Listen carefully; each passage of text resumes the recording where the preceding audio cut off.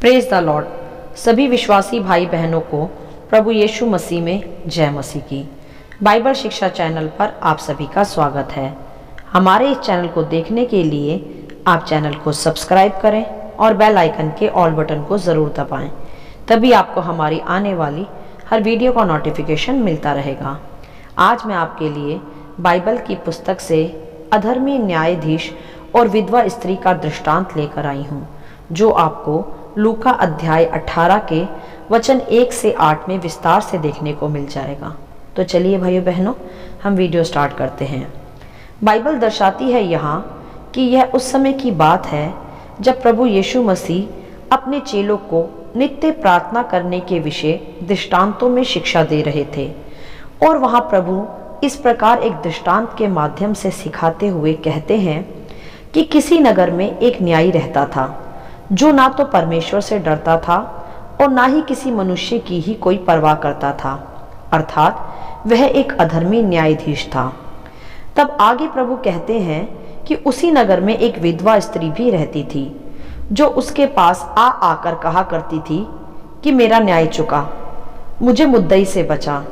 अर्थात उस स्त्री का कोई तो मुकदमा होगा या कोई तो उसका सताने वाला या लेनदार इत्यादि होगा, जिसके विषय वह विधवा स्त्री अपने न्याय को मांगने उस अधर्मी न्यायाधीश के पास निरंतर जाती और बार बार उससे विनती करती थी कि वह उसका न्याय चुकाए और मुद्दई से उसे बचाए। हालेलुया। तब आगे दृष्टांत में प्रभु कहते हैं कि उस स्त्री के इस प्रकार बार बार आकर कहने पर भी कुछ समय तक तो वह न्यायाधीश मौन रहा, परंतु अंत में मन में विचार कर कहा कि यद्यपि मैं ना परमेश्वर से डरता हूँ और ना ही मनुष्यों की ही कुछ परवाह ही करता हूँ, तो भी यह विधवा स्त्री मुझे निरंतर आकर सताती रहती है, इसीलिए मैं उसका न्याय चुकाऊंगा। कहीं ऐसा ना हो कि घड़ी घड़ी आकर यह स्त्री अंत को मेरी नाक में दम कर दे। हालेलुया।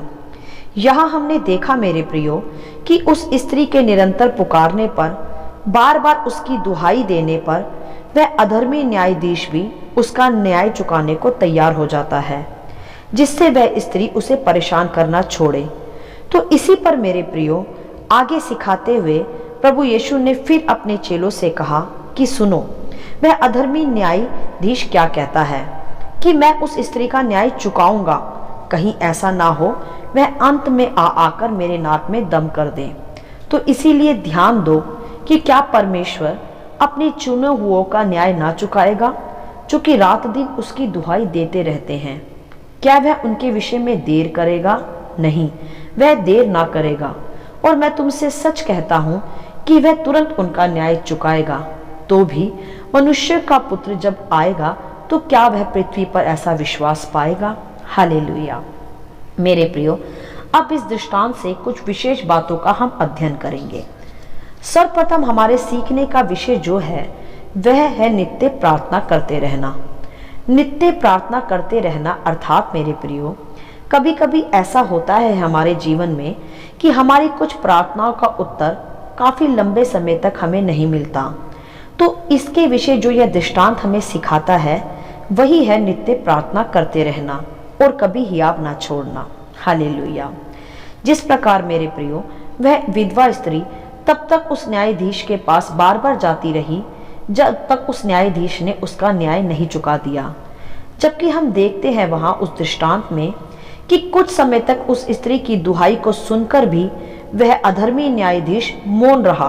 उसने कुछ भी एक्शन नहीं लिया उसकी विनती पर। इसी प्रकार मेरे प्रियो, कभी कभी कुछ समय तक हमारी प्रार्थनाओं का भी उत्तर नहीं मिलता हमें। तो इसका तात्पर्य यह नहीं कि प्रभु हमारी प्रार्थना नहीं सुन रहा। जब वह अधर्मी मनुष्य बार बार पुकारे जाने पर उस विधवा स्त्री का न्याय चुका सकता है, तो मेरे प्रियो हमारा प्रभु तो धर्मी है, दयालु है, प्रेमी है और करुणा से भरा है। वह अपनी प्रजा के लिए अपने बच्चों के पुकारने पर उनकी प्रार्थनाओं को क्यों ना सुनेगा। हालेलुया। परंतु जहां अंत में प्रभु ने अपने चेलों से कहा वह हमें समझना है कि जब मनुष्य का पुत्र आएगा तो क्या वह पृथ्वी पर इसी प्रकार विश्वास को पाएगा। जिसका तात्पर्य यही है मेरे प्रियो कि क्या हमारा विश्वास तब भी प्रभु पर बना रहता है जब कुछ लंबे समय तक प्रभु मौन रहता है और हमारी प्रार्थनाओं का उत्तर हमें नहीं मिल पाता? क्या हम तब भी प्रभु को उसी रीति से पुकारते रहते हैं, या उसी रीति से हम तब भी प्रार्थनाएं करते रहते हैं जैसे पहले हम किया करते थे? क्या हम उसी तरह से तब भी विश्वास में बने रहते हैं जैसे पहले बने रहते थे? मेरे प्रियो, यही आज प्रभु हमें इस दृष्टांत के आधार पर सिखाते भी हैं और हमसे आज पूछते भी हैं कि हे मेरी बेटी, हे मेरे बेटे, क्या आज भी तू मुझ पर भरोसा रखता है जैसा तब रखता था जब मैं तुरंत तेरी प्रार्थनाओं का उत्तर देता था? क्या आज भी तेरी प्रार्थनाएं उसी रीति से होती हैं जैसे तब होती थी जब तू तुरंत प्रार्थनाओं का उत्तर पाता था? हालेलुया। मेरे प्रियो, बहुत सरल है खुद को एक विश्वासी कहना, परंतु बहुत कठिन है उस घड़ी भी विश्वासी बने रहना जब आपकी प्रार्थना का उत्तर लंबे समय तक आपको ना मिले।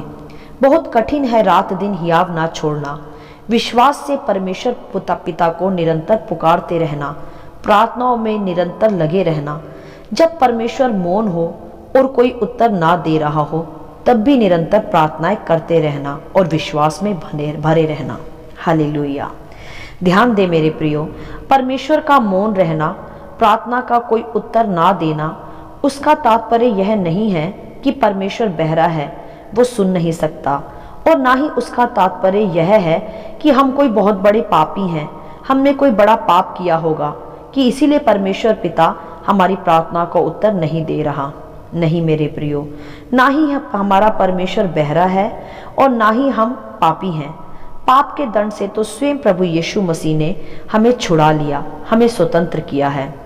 इसका तात्पर्य यह है मेरे प्रियो कि परमेश्वर हमारे विश्वास को बढ़ा रहा है। वह हम में विश्वास और धैर्य का फल उत्पन्न करना चाहता है, और साथ ही साथ वह चाहता है कि हर परिस्थिति में हम नित्य प्रार्थनाओं में लगे रहें, परमेश्वर पिता को पुकारते रहें और कभी हियाव ना छोड़ें, और पिता परमेश्वर के समीप प्रार्थनाओं के द्वारा सदा बने रहें। इसीलिए मेरे प्रियो, कभी कभी वह देरी करता है हमारी प्रार्थनाओं का उत्तर देने में। हालेलुया। परंतु सदा स्मरण रखें कि वह धर्मी न्यायाधीश है, अधर्मी नहीं। वह दयालु परमेश्वर है, कठोर नहीं। वह अवश्य ही आपके पुकारने पर आपकी सुनेगा, आपकी प्रार्थनाएं करने पर आपकी ओर फिरेगा। वह आपके विश्वास को, प्रार्थना जीवन को बढ़ाना चाहता है, जिससे आप अनंत काल में धैर्य, संयम, विश्वास और प्रेम और नम्रता के साथ बलपूर्वक प्रवेश कर सकें। और साथ ही साथ मेरे प्रियो, सदा कठिन पलों में भी आप परमेश्वर पिता को पुकारते रहें, उसके समीप बने रहें और हियाव ना छोड़ें और विश्वास को अंत तक थामे रहें। इसीलिए कभी कभी परमेश्वर हमारी प्रार्थनाओं को लंबे समय तक हमें उत्तर के रूप में नहीं देता। इसका तात्पर्य यह नहीं है मेरे प्रियो कि प्रभु आपसे प्रेम नहीं करता। सदा स्मरण रखें कि वह धर्मी परमेश्वर है, दया का सागर है। वह अपने बच्चों के पुकारने पर उसकी दुहाइयों को सुनता है और समय पर उसे पूरा भी करता है। ये दृष्टांत हमें यही सिखाता है कि वह विधवा स्त्री उस अधर्मी न्यायाधीश के पास नित्य जाती रही कि वह उसका न्याय चुकाए, और उस अधर्मी न्यायाधीश ने भी तंग आकर उसकी प्रार्थना को सुना। इसी दृष्टांत के आधार पर आज प्रभु हम पर प्रकट करते हैं कि मेरे प्रियो, मेरे बच्चों, तुम मेरे अपने हो और मैं तुम्हारा धर्मी पिता हूँ। तुम्हारी प्रार्थनाएं करने पर मैं तुम्हारी क्यों ना सुनूंगा। और मेरे प्रियो, आज प्रभु हमसे कहते हैं कि विश्वास में बने रहें, कभी हियाव ना छोड़े। परिस्थितियां चाहे कैसी भी हो, हमारे विपरीत ही क्यों ना हो, कितना ही बड़ा तूफान हमारे जीवन में क्यों ना हो, हमें नित्य प्रार्थनाओं में लगे रहना चाहिए, परमेश्वर के समीप रहना चाहिए, विश्वास में बड़े रहना चाहिए और उसे पुकारते रहना चाहिए, और कभी भी हियाव नहीं छोड़ना चाहिए। निश्चय ही परमेश्वर इस रीति से देखकर हमारी प्रार्थनाओं का उत्तर हमें तुरंत और अवश्य देगा।